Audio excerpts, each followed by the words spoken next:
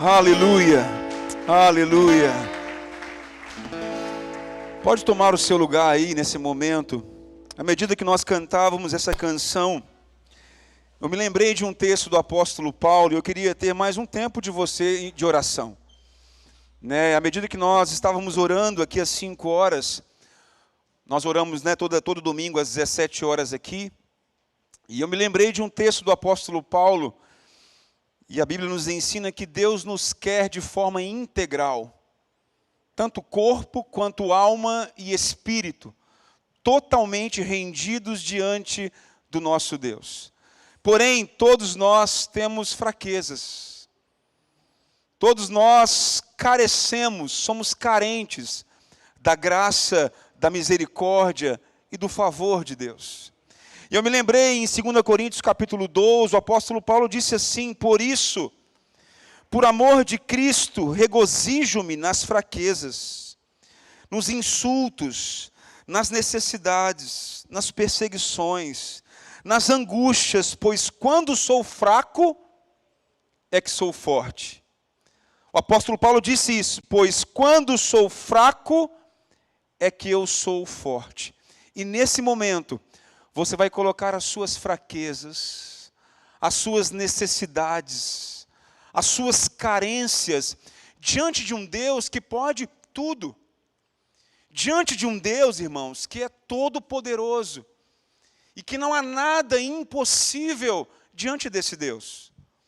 Talvez você está entre nós aqui nessa noite, mas a sua alma está em pedaços.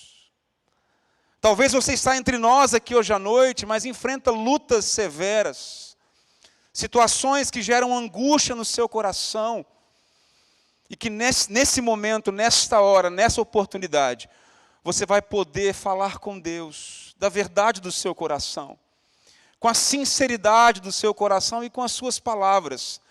Porque Deus não está em busca, irmãos, de uma voz eloquente, de um discurso bem elaborado. O que Deus procura é um coração rendido. Eu gosto muito de Isaías 66, que diz que o olhar de Deus está sobre o quebrantado e aquele que treme diante da palavra de Deus. Então, nessa noite, nesse momento, eu quero te convidar, aí onde você está, debaixo daquilo que cantamos, debaixo daquilo que compartilhamos nesse momento, coloque a sua necessidade, coloque o seu pedido. Se você está fraco espiritualmente, peça força, porque Ele tem poder. Ele é o Deus Todo-Poderoso. Então, nesse momento, aí onde você está, nesse momento aqui, em silêncio, coloque a sua vida diante de Deus, a sua necessidade, a sua fraqueza, e nessa noite, permita que o amor de Deus envolva você. Que esse amor que nós cantamos nessa noite, profetizamos nessa noite, ele inunde as entranhas da sua alma, o seu coração partido, que nesse momento que nós sejamos envolvidos por essa graça e por esse amor tão escandaloso na cruz do Calvário, em nosso lugar, em nosso favor. Então vamos orar, irmãos. Senhor, nós te exaltamos nessa noite. Obrigado a Deus por esse amor. Como o apóstolo Paulo mesmo disse, esse amor que nos constrange, Senhor. A olharmos para a cruz, a olharmos a sua entrega, a olharmos aquilo que o Senhor fizeste por nós naquela cruz. Senhor, somos pequenos, somos falíveis, somos errantes nesse mundo. Nós precisamos ser guiados, nós precisamos ser envolvidos por esse amor. Nesse momento queremos colocar diante do Senhor os nossos pedidos, as nossas necessidades, as nossas fraquezas, porque carecemos, somos insuficientes diante das demandas que muitas vezes nós enfrentamos nessa vida. Senhor, muito obrigado pelo teu amor que reina sobre este lugar nessa noite. Pela presença gloriosa do Senhor. Pela ação do teu Espírito, trazendo vida e soprando esperança sobre almas inquietas. Sobre corações ansiosos que nós possamos descansar no Senhor, Pai. A Tua palavra nos ensina a lançar sobre Ti toda a nossa ansiedade, porque o Senhor tem cuidado de nós. Que maravilha, Pai, perceber o Seu cuidado e o Seu amor para conosco. Obrigado por essa noite, obrigado por todos que estão aqui presentes, porque todos carecem, todos necessitam do Senhor, do Seu amor e da Sua graça. Seja conosco nesse momento, fale conosco por meio da Sua palavra, em especial, fale com os pais. Que nesse momento, nessa palavra, o Senhor desperte-nos para que possamos ser tudo aquilo que o Senhor quer que nós sejamos. Muito obrigado por esse momento. Fale aos nossos corações, Pai, em o nome do Senhor Jesus. Amém, amém e amém. Pega a sua Bíblia aí, por favor, e abra ela comigo. Vocês me ouvem bem aí atrás? Está clara a voz? Está nítida? Ok. Mateus capítulo 1. Daqui a pouco nós vamos ler esse texto, mas nós vamos usá-lo como texto base hoje à noite, para nós refletirmos no tema assumindo a paternidade.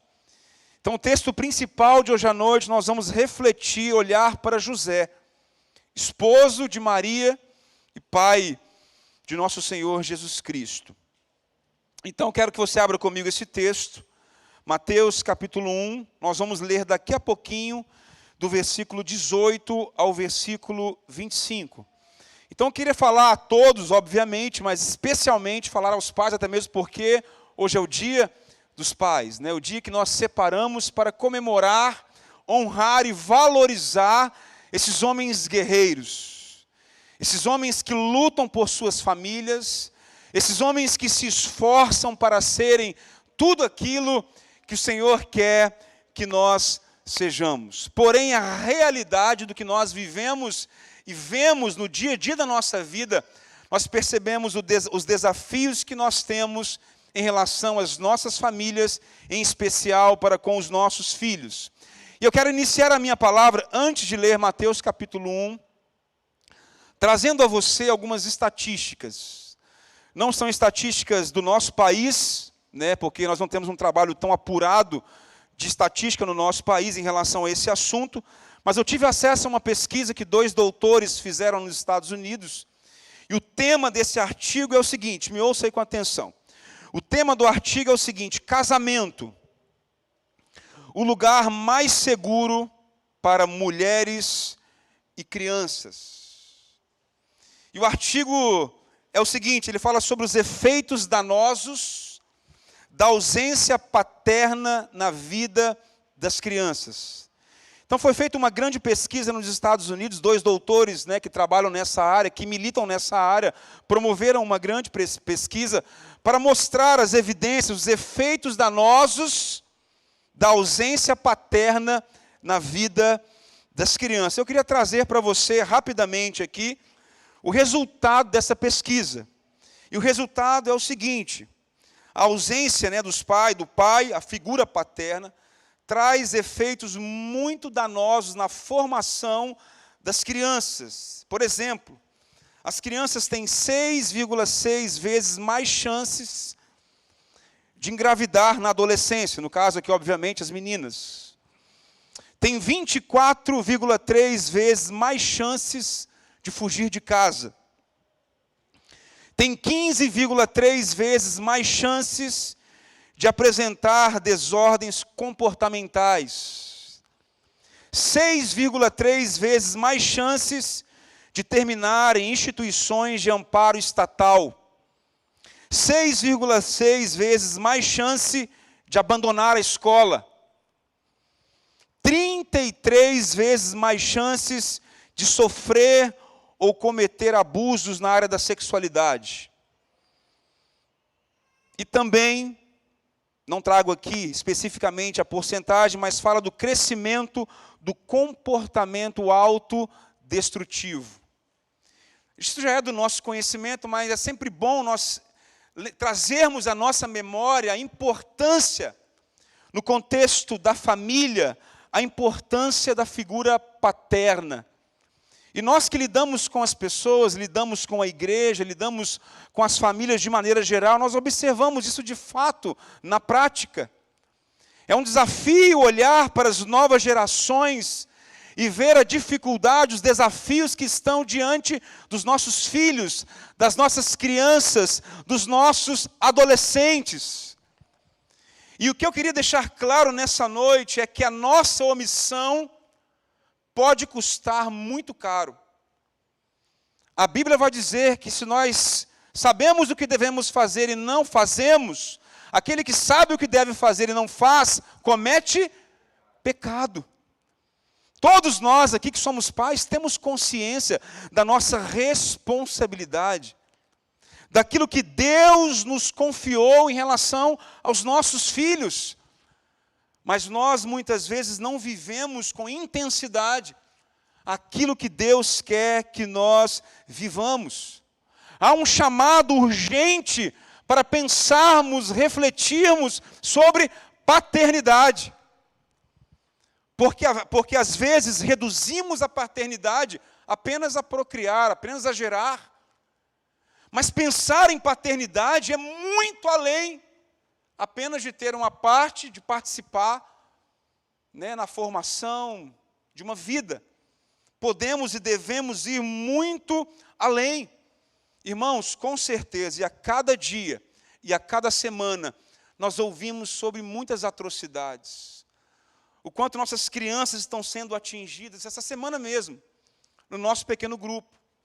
Uma das pessoas que compõem o nosso pequeno grupo compartilhou de uma adolescente de 13 anos de idade que tentou tirar a própria vida. E nós ouvimos falar sobre isso corriqueiramente. Por isso que é necessário, por isso que é urgente nós falarmos e pensarmos ainda mais nesse dia sobre paternidade. Ainda mais no contexto do povo de Deus. Ainda mais no contexto da igreja, presentemente. E olhar para as novas gerações. Se a igreja, juntamente com a família, não olhar para as novas gerações, nós corremos um sério risco.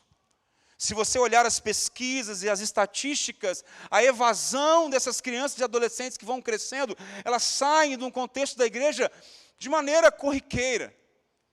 Nós precisamos refletir urgentemente sobre paternidade. A minha intenção nessa noite, movido pela palavra de Deus, é olhar para a vida de José. Geralmente falamos muito sobre Maria, ou falamos mais sobre Maria, até mesmo porque a Bíblia não traz tantas informações acerca de José. Mas as informações que ela traz são suficientes para nós pegarmos alguns traços importantes, se nós quisermos viver paternidade à luz do projeto de Deus para as nossas vidas. Então, feita essa introdução, eu queria ler com você, então, Mateus capítulo 1. Abra sua Bíblia aí, acompanhe comigo aí. Mateus capítulo 1, de 18 ao versículo 25. Eu vou ler aqui e você acompanha aí na sua Bíblia, ok? Mateus capítulo 1, de 18 a 25.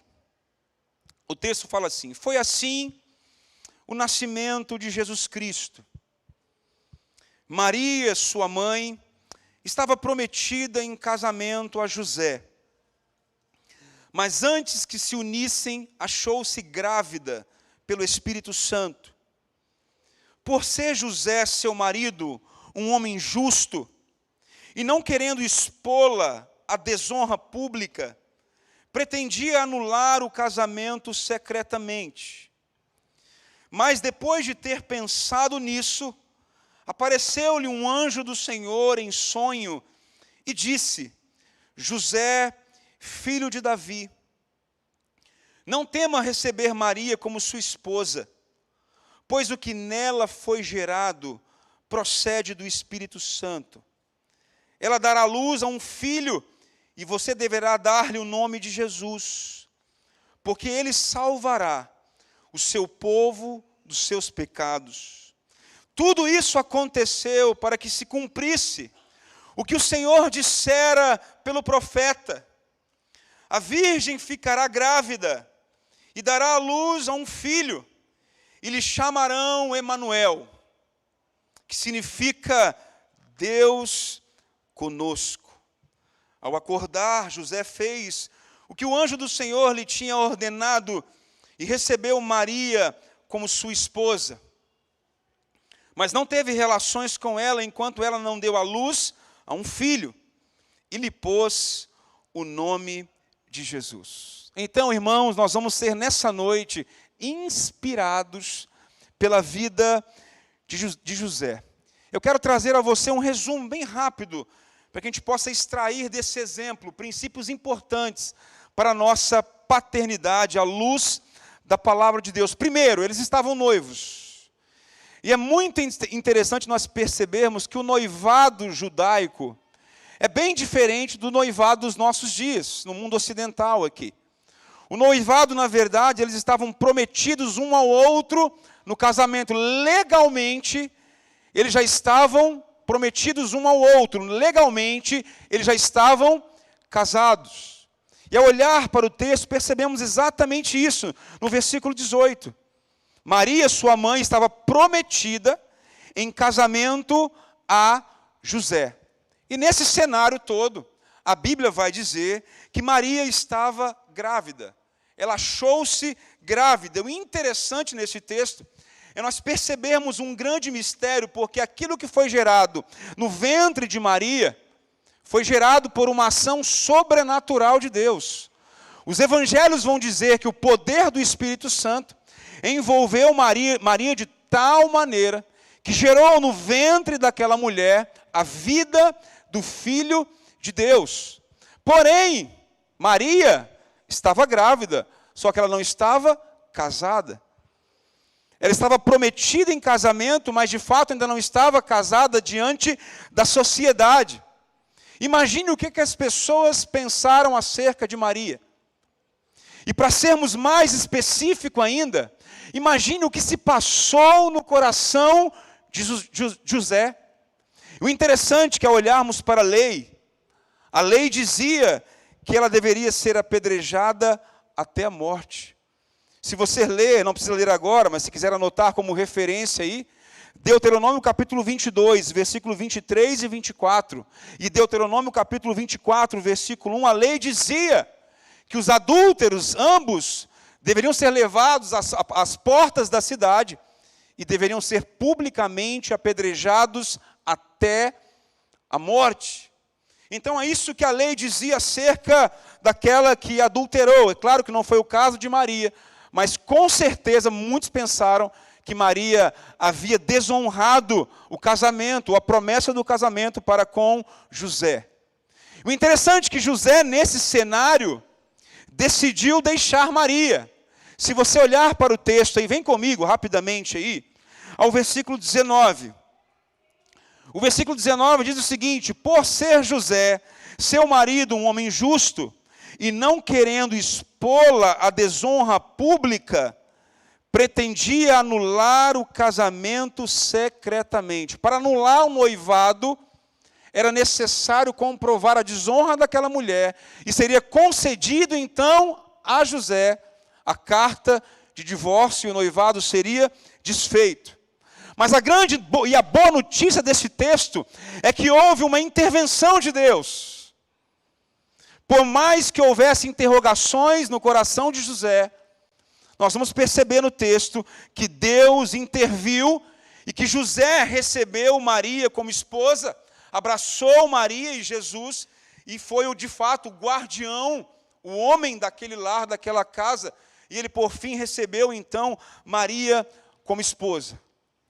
Então, trazendo esse panorama geral dessa história, eu quero mostrar a você nessa noite três coisas muito importantes ao pensarmos sobre paternidade.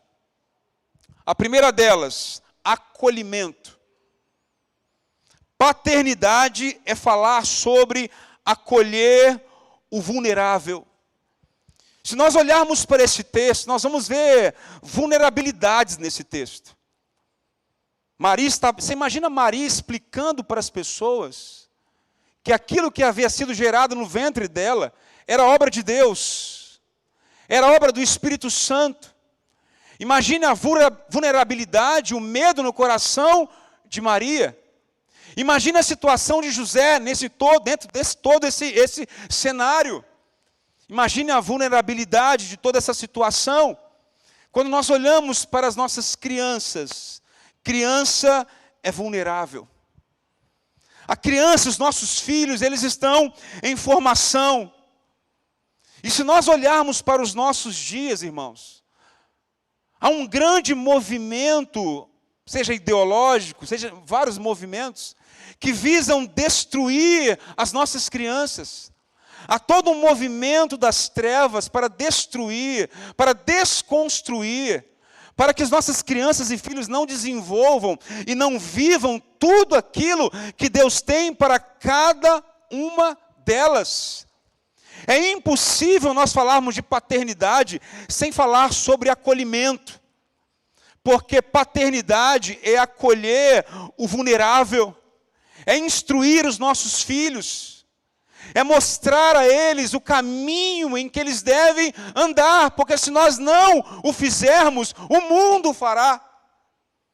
Se nós não ensinarmos, não discipularmos, não instruirmos os nossos filhos naquilo que Deus tem para eles, tem uma certeza, a internet o fará. Os influencers o farão. Os amigos, tudo aquilo que está ao redor dos nossos filhos, pode ter certeza que vão doutriná-los, que vão formá-los, e muitas vezes nós nos omitimos em relação à instrução para com os nossos filhos. Por isso que precisamos falar de paternidade à luz de acolhimento, de acolher o vulnerável, de olhar para os nossos filhos com um olhar de amor e de misericórdia, e que sejamos intencionais, no sentido de amá-los, no sentido de instruí-los, no sentido de protegê-los de um mundo cruel. Irmãos, nós vemos, como já falei aqui, vários movimentos ideológicos que visam destruir a sexualidade saudável de nossas crianças. Vemos desenhos com mensagens subliminares. Vemos várias situações que tentam desconstruir os princípios da palavra de Deus em relação às nossas crianças. E nós precisamos estar de olhos abertos, irmãos. Nós como igreja e nós como pais, precisamos estar de olhos abertos no sentido de acolhê-los, no sentido de amá-los, no sentido de instruí-los para que eles não se percam no meio e no mundo de tantas vozes. Eu tenho certeza que a sua infância, ela foi muito diferente de uma infância dos nossos dias, dos dias atuais. Hoje os nossos filhos têm acesso à informação de maneira muito fácil. Na internet, nos smartphones, se tem acesso muito fácil a qualquer tipo de conteúdo. E nós precisamos, urgentemente, acolher os nossos filhos. Porque nós não podemos nos omitir nesse sentido. Então, a primeira coisa que eu olho para esse texto, ao olhar para a vida de José, depois de uma intervenção de Deus, José acolheu aquela família. Apesar dos desafios que estavam diante dele, ele acolheu e viveu a vontade de Deus. A segunda coisa que eu chamo a sua atenção ao olhar para esse texto é mostrar a cada um de nós paternidade à maneira de Deus. Chama a sua atenção agora, vem comigo a um texto aqui. Mateus capítulo 1, versículo 19. Leia comigo esse texto agora. Mateus capítulo 1, versículo 19. O texto fala assim, por ser José, seu marido, o que fala acerca de José no texto aí? Um homem justo, e não querendo expô-la à desonra pública, pretendia anular o casamento secretamente. Querido, a palavra justo aqui dá a ideia de retidão. A palavra aqui, justo, revela a nós que José era um homem de Deus. E quando nós observamos o texto, nós vamos perceber que José não se precipitou em relação à decisão a ser tomada. Ele ponderou. E essa informação acerca de José, aqui nessa noite, é muito importante. Porque se nós quisermos viver paternidade à maneira de Deus, será necessário que sejamos semelhantes a José. Homens de Deus, homens de verdade, homens que não se omitem, homens que se levantam, se posicionam para guardar e proteger aquilo que Deus nos confiou. Quando nós olhamos para Gênesis, vamos perceber que Deus colocou Adão no jardim para guardar e cultivar. O mandato masculino é um mandato de guardião, de cultivo, de alimentar, de saciar, de semear e de colher. Então é impossível nós falarmos sobre paternidade à maneira de Deus, se nós não formos homens de Deus. E o interessante é que o texto fala exatamente esse testemunho acerca de José, por ser José, seu marido, um homem justo. E quando nós olhamos para o texto, nós vamos perceber que José buscou a sabedoria de Deus. Observe o que Tiago capítulo 1, versículo 5 diz. Abra comigo esse texto aí, por favor. Tiago capítulo 1, eu quero ler com você o versículo 5, porque nós, pais, precisamos de sabedoria. Não tem receita pronta para criar filhos, não tem receita pronta. Tem princípios, obviamente que tem, mas a sabedoria de Deus, não a sabedoria desse mundo, mas a de Deus, a do alto, a dos céus, ela é fundamental. Porque assim como José estava diante de um grande dilema, todos nós aqui, enquanto pais, lidamos com decisões diárias. Decisões importantes para que ditarão o rumo de nossas casas, famílias e filhos. Nós precisamos da sabedoria de Deus. E Tiago, então, capítulo 1, versículo 5, fala assim: se algum de vocês tem falta de sabedoria, peça a Deus. Olha aí. Se algum de nós, de vocês, tem falta de sabedoria, peça a quem, queridos? Peça a Deus. Que a todos dá o quê? De que maneira que Ele dá? Livremente, abundantemente, de boa vontade, e lhe será concedida. Irmãos, Deus é a fonte de sabedoria. Pais presentes que me ouvem nessa noite, quando você estiver diante de decisões importantes da sua vida, da sua família, dobrem os seus joelhos diante de Deus. Rendam seus corações diante de Deus. Peça sabedoria de Deus para a decisão, porque nós precisamos da sabedoria de Deus. E a boa notícia aqui nesse texto, Tiago capítulo 1, versículo 5, é que Deus dá de que maneira, irmãos? Livremente. Aí Tiago vai dizer o seguinte: peça, porém, com fé, sem duvidar, porque aquele que duvida é semelhante à onda, agitada e impelida pelo vento, e não pense esse homem que receberá coisa alguma do Senhor, inconstante em todos os seus caminhos. Então, queridos, a semelhança de José, precisamos ponderar, precisamos refletir e buscar a sabedoria de Deus para instruir os nossos filhos no caminho que eles vivam a vontade de Deus.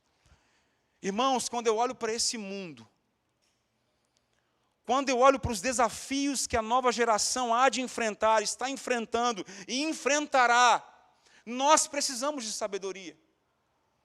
Muitas vezes eu não sei lidar com demandas da minha casa, das minhas filhas, mas é o momento onde eu peço misericórdia.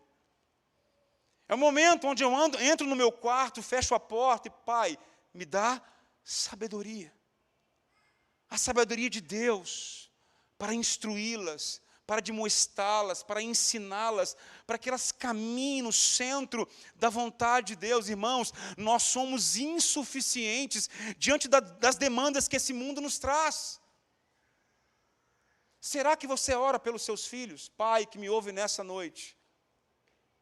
Será que você dobra o seu joelho diante de Deus e ora e suplica para que Deus venha guardá-lo, livrá-lo de todo mal? Precisamos, semelhança de José, buscarmos a sabedoria de Deus. É tão verdade que eu chamo a sua atenção aqui, olha atentamente comigo o versículo 20 de Mateus capítulo 1. Que é a sequência, né? Observe comigo o versículo 20. Deixa eu te falar uma coisa, José já havia decidido abandonar Maria. Mas o texto vai dizer aqui, no versículo 20, fala assim, pelo menos na NVI, fala assim, mas depois de ter pensado nisso, ou seja, José refletiu. A NAA traduz assim, enquanto ele refletia sobre isso.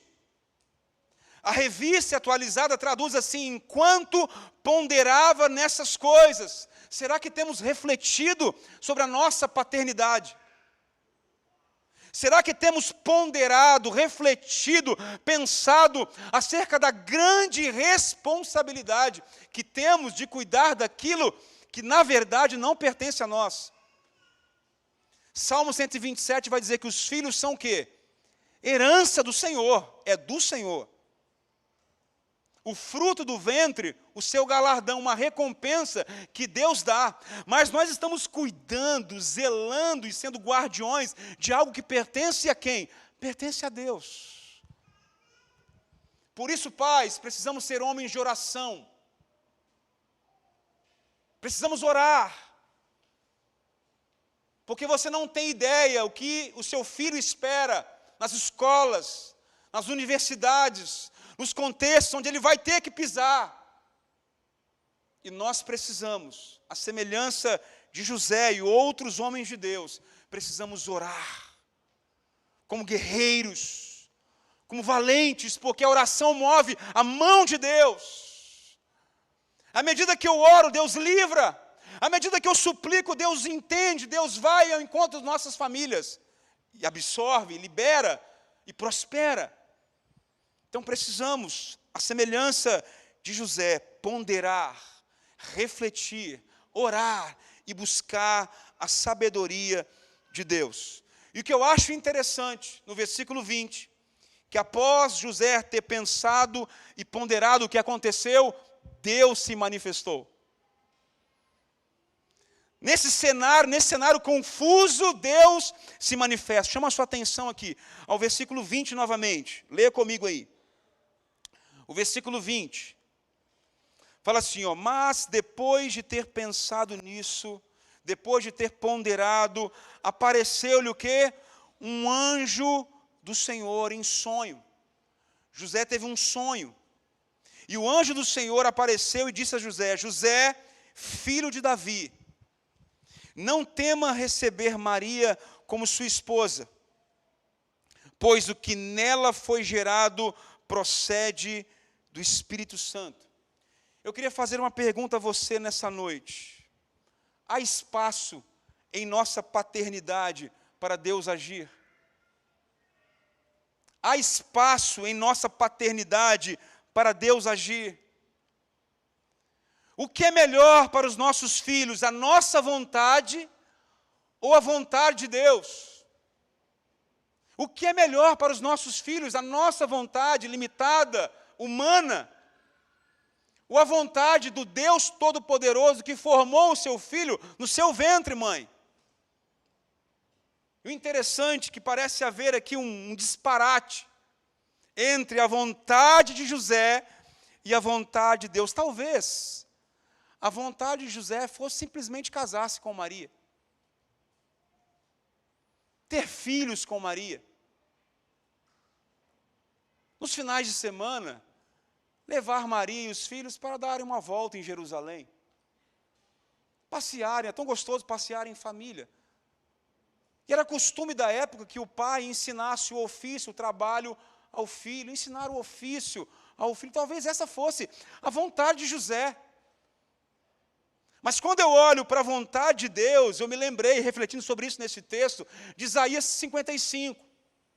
Porque pode ser, na verdade que a vontade de Deus para a sua família, para o seu filho, é infinitamente superior à sua vontade.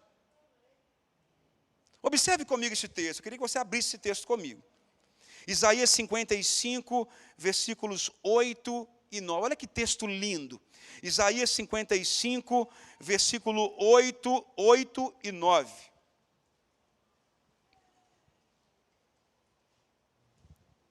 Esse texto é bem conhecido, mas eu acho que ele se aplica muito para fazermos o paralelo entre a nossa vontade, entre a vontade de José e aquilo que era a vontade de Deus para José, para esta família, para esta casa.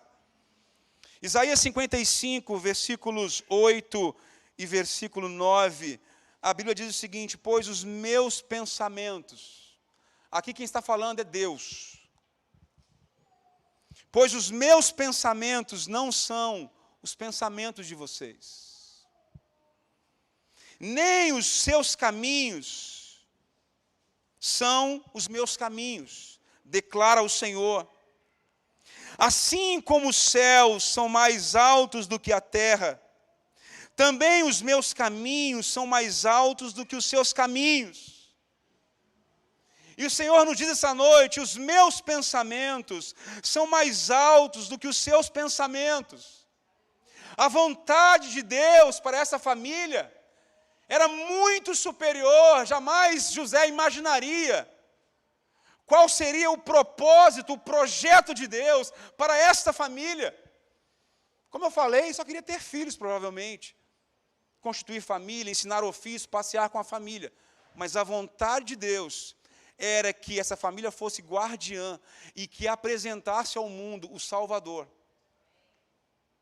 Porque os caminhos de Deus são muito mais elevados do que os nossos caminhos. Será que você projeta para o seu filho a sua vontade, o seu querer, ou de fato você os entrega para a glória de Deus? A Bíblia fala claramente em Salmo 127 que os filhos são como flechas nas mãos do guerreiro. O guerreiro a prepara, ele estica, ele lança a flecha a um alvo.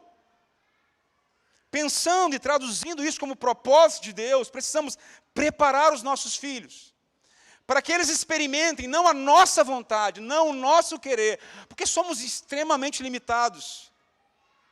Mas será muito mais grandioso se os nossos filhos viverem a vontade de Deus, os planos de Deus, a profissão que Deus separou para cada um deles, o que Deus os dotou de talento, de vocação, do reino de Deus.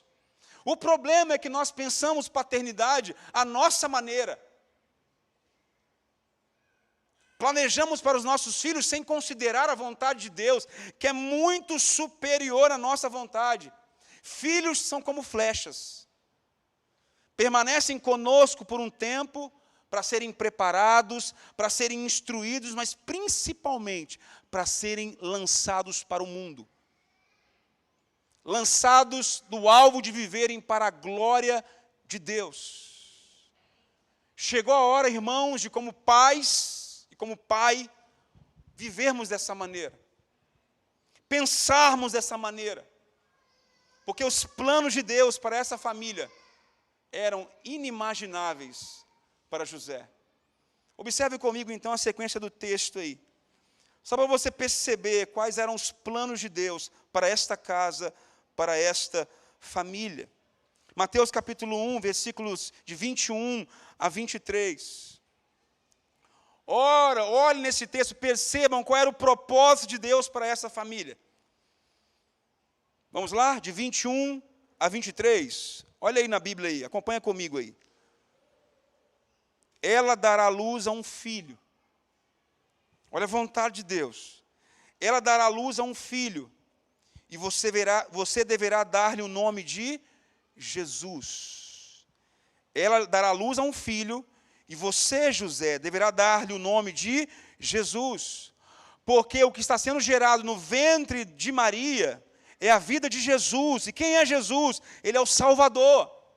O texto vai dizer o seguinte: porque ele salvará o seu povo dos seus pecados. Haveria de nascer o Salvador.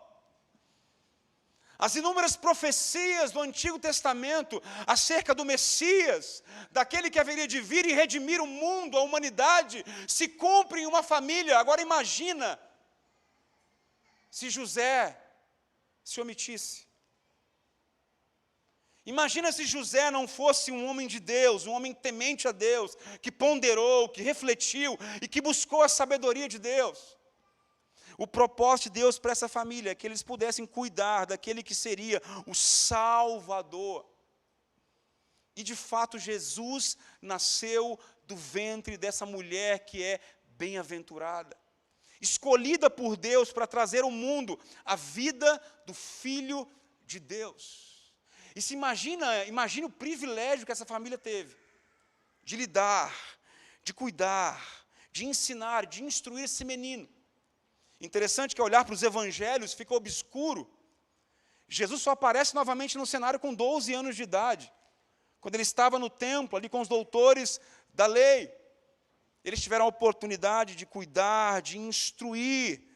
E a realidade desse texto fala então que Maria daria luz ao Salvador, aquele que haveria libertar o seu povo dos seus pecados. Ou seja, a escravidão em que nós vivíamos, nós seríamos libertos pela obra do Cristo, pela obra de Jesus, porque a palavra Jesus significa, na verdade, Josué, significa o Senhor salva.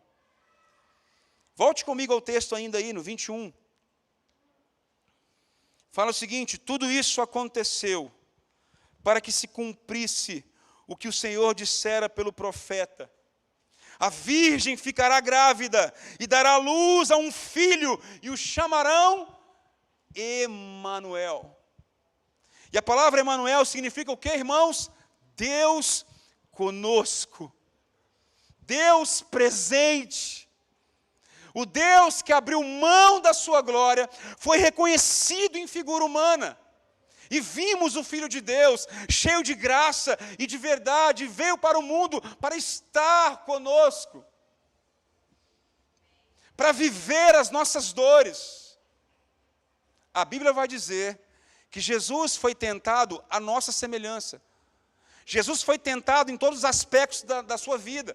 Foi tentado à nossa semelhança, porém, ele jamais pecou. Teve uma vida perfeita. E ele foi chamado aqui no texto de Emanuel, que significa Deus conosco. Como está a sua relação com Jesus? Será que Jesus, ele é o seu Salvador? Será que você já entregou a sua vida, o seu coração, ao único que tem poder para perdoar os seus pecados? Será que eu e você já temos o privilégio de ter conosco a presença dEle? E Mateus 28 vai dizer que Ele estaria conosco todos os dias até a consumação dos séculos. E o chamarão Emanuel, que significa Deus conosco. Olha os planos de Deus para essa família. Jamais José poderia visualizar isso daqui nos olhos humanos. Agora, porque ele era um homem de Deus, buscava a presença de Deus, era um homem reto e justo, ele então viveu essa experiência de cuidar temporariamente do Filho de Deus. E Jesus, aos 30 anos, começa o seu ministério público, começou a realizar milagres e começou a pregar acerca do reino de Deus. Chegou a hora, irmãos, como pais, de vivermos e de sonharmos para os nossos filhos, não os nossos planos, mas os planos de Deus. Que as minhas filhas, que os seus filhos, que eles vivam para a glória de Deus. Que eles vivam o dom, a vocação e o chamado que pertencem a Deus.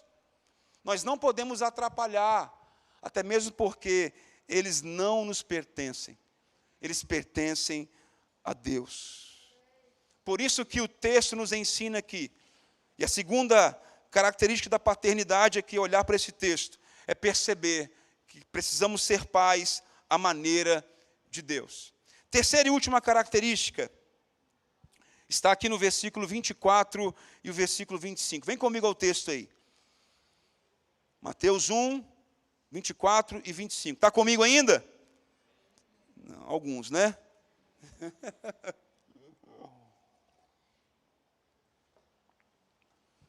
Mateus 1, versículo 24 e o versículo 25, o texto fala assim: ao acordar, porque tudo isso era um sonho, José fez o que o anjo do Senhor lhe tinha ordenado. E recebeu Maria como sua esposa. Ele recebeu Maria, porque a decisão, outrora, era de abandoná-la secretamente.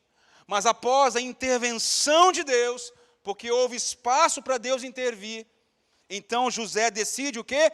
Obedecer. Ainda que lhe custasse algumas coisas, é melhor obedecer do que sacrificar. E o texto fala exatamente isso. Ao acordar, José fez o que o anjo do Senhor lhe tinha ordenado, e recebeu então Maria como sua esposa, mas não teve relações com ela, enquanto ela não deu à luz um filho. E ele lhe pôs o nome de Jesus. Terceira e última característica importante da paternidade à maneira de Deus: nós precisamos ser homens obedientes. Precisamos considerar, obedecer o que a palavra de Deus nos ensina. Nós temos orado aqui, irmãos, regularmente pelas nossas famílias, famílias da nossa igreja. Todo domingo nós sentamos ali e oramos, clamamos para que nossas famílias sejam fortalecidas, para que homens sejam homens de Deus, para que mulheres sejam mulheres de Deus, sábias, cheias do Espírito Santo, e que juntos eles vivam de maneira a construir algo para a glória de Deus. Nós queremos viver família para a glória de Deus. E ainda que lhe custasse muito, José decidiu obedecer. Será que o seu coração está pronto para obedecer? Se Deus pedisse as minhas filhas em missão para qualquer nação desse mundo aí, será que eu estaria pronto para obedecer? Se Deus tiver um chamado específico para o seu filho, para a sua filha, será que nós estamos prontos a dizer: Senhor, eles pertencem a Ti? O meu coração é apegado, Senhor, eu quero ela pertinho, mas seja feita a sua vontade. Gente, vamos criar filhos para a glória de Deus, e descansem o coração, porque Deus é perfeito nos seus caminhos. Ele vai prover, Ele vai guardar, Ele vai livrar, mas que nossos filhos vivam para a glória de Deus. Eles estão diante de muitos desafios. Eles estão diante de muitos desafios, de muitos movimentos que se levantam nos nossos dias para destruir a família, destruir os padrões do reino de Deus, mas nós não iremos nos calar. Continuaremos pregando a palavra de Deus, o desígnio de Deus, a vontade de Deus. Nós não vamos nos dobrar diante de Baal. Vamos continuar ensinando e pregando o desígnio, a vontade de Deus. E precisamos urgentemente assumir esse lugar de sermos pais à maneira de Deus. E eu quero terminar a minha fala, ou caminhando para o final, te motivar com o exemplo de Jó. O último texto que vou ler aqui, Jó capítulo 1, versículo 5. Abra comigo esse texto aí. Jó capítulo 1, versículo 5. Rodrigo, vem cá.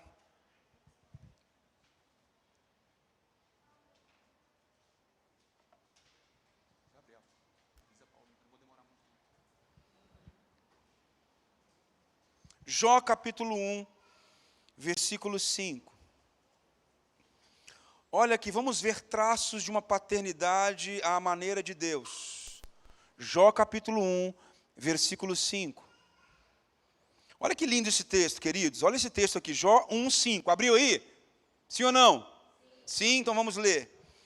Terminado um período de banquetes, Jó mandava chamá-los e fazia com que se purificassem. Chamá-los aqui são os seus filhos. Jó chamava, convidava os seus filhos para quê? Para se purificarem.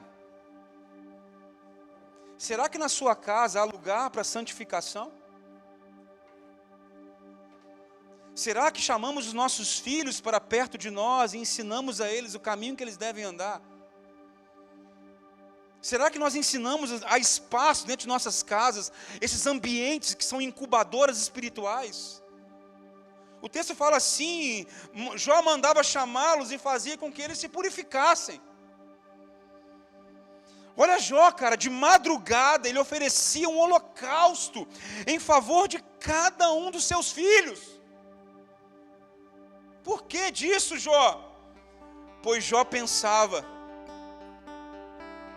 talvez os meus filhos tenham lá no íntimo pecado e amaldiçoado a Deus. Essa era a prática constante de Jó. Cara, que exemplo. Que exemplo para nós, irmãos. Chamar os nossos filhos para perto e ensinar a eles o caminho da santidade. Ensinar aos nossos filhos a honrarem o nosso Deus. Nós não queremos que os nossos filhos vivam para este mundo. Nós não queremos, porque esse não é a vontade de Deus para eles. A vontade de Deus para eles é que eles conheçam esse universo glorioso que é a glória de Deus. Jó o chamava para perto e compartilhava, se purifiquem, filhos. E o interessante é que o texto fala assim, porque ele pensava, talvez os meus filhos tenham lá no íntimo pecado e amaldiçoado a Deus. Jó fazia isso costumeiramente. Sabe, vamos entrar nos quartos de nossos filhos e orar com eles. Vamos entrar no quarto deles, impor as mãos sobre eles e ministrar a bênção de Deus sobre eles. E eu oro frequentemente para que as minhas filhas tenham experiências com Deus. Pai, faça isso. Tem hora, irmãos, o filho precisa emancipar. Ele vai crescendo, vai vendo o pai, vai se desenvolvendo ali. Mas à medida que ele vai crescendo, ele precisa ter autonomia espiritual. Ele precisa ter experiências com Deus. Pai, dê experiências contigo aos nossos filhos, em nome de Jesus. Para que quando eles entrarem nas universidades, no ensino médio, e qualquer outro contexto ali, eles estejam firmes, marcados pela glória de Deus, e não sejam sucumbidos, vencidos pelo espírito desse mundo. Nós vamos criar filhos para a glória de Deus. Nós vamos criar filhos que vão entrar nas escolas e nas universidades anunciando o reino de Deus. E como eu louvo a Deus, porque aqui tem jovens que estão no contexto universitário e estão ali brilhando. Irmãos, isso é motivo de louvor, de gratidão. Tem jovens dessa igreja que passaram pela universidade e deixaram marcas profundas do reino de Deus naquele lugar. Chegou a hora, Pai, de ser homem de Deus. Chegou a hora de impor as mãos sobre nossos filhos e abençoá-los. Chegou a hora de sermos para Ele exemplos. Porque o que tem matado uma geração são palavras que não são acompanhadas de vida. Até aponta o caminho, mas não está no caminho. Filho, vai para lá. Não, querido, pega a mão dele e conduz ele pelo caminho. Caminhe com ele, mostre, ensina na vida, na sua vida, os princípios do reino de Deus.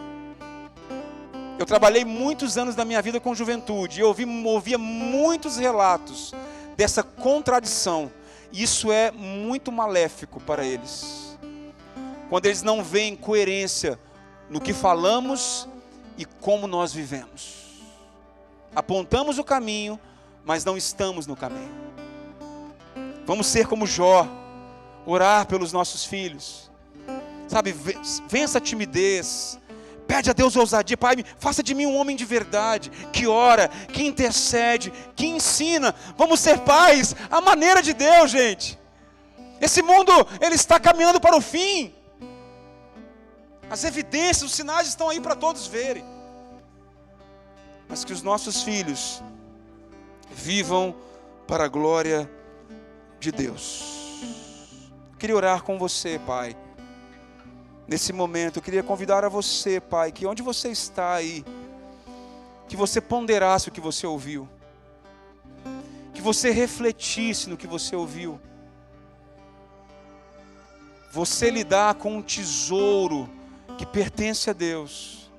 E que você deve prepará-lo para lançá-lo ao mundo, para viverem para a glória de Deus. Talvez o seu filho não esteja nos caminhos do Senhor, ore por ele agora. Talvez os seus filhos não são tementes a Deus, ore por eles agora. Passe a orar diariamente pelos seus filhos. E que vejamos famílias salvas, famílias restauradas, filhos saudáveis, filhos que vivam para a glória de Deus. Então, nesse momento onde você está aí, Pai, quero te convidar a orar pela sua casa. Eu sei os desafios que todos nós enfrentamos como pais. São muitas demandas, muitas responsabilidades que temos para com as nossas famílias. Mas que a semelhança de José, sejamos homens íntegros, homens retos, homens trabalhadores, homens que amam as suas esposas e filhos. Consagre a sua vida a Deus nesse momento. Ore por seus filhos. Vamos ter um tempo de oração agora, em nome de Jesus. Não sei como essa palavra alcançou o seu coração, mas eu queria honrar a sua vida, Pai, que é um valente, que é um guerreiro. Que Deus te abençoe hoje à noite. Que Deus te levante hoje à noite, cheio de autoridade, de unção e vida de Deus sobre você. Queria convidar aqueles que são pais, que nesse momento fiquem de pé. Nesse momento nós vamos orar por vocês agora. Vamos orar por nós nesse momento.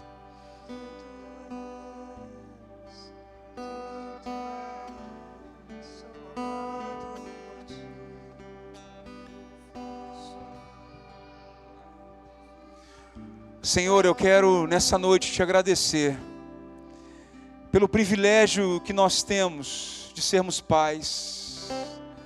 O Senhor nos concedeu filhos e filhas, e nós queremos viver isso de uma maneira grandiosa. Nós queremos viver paternidade à sua maneira, Deus.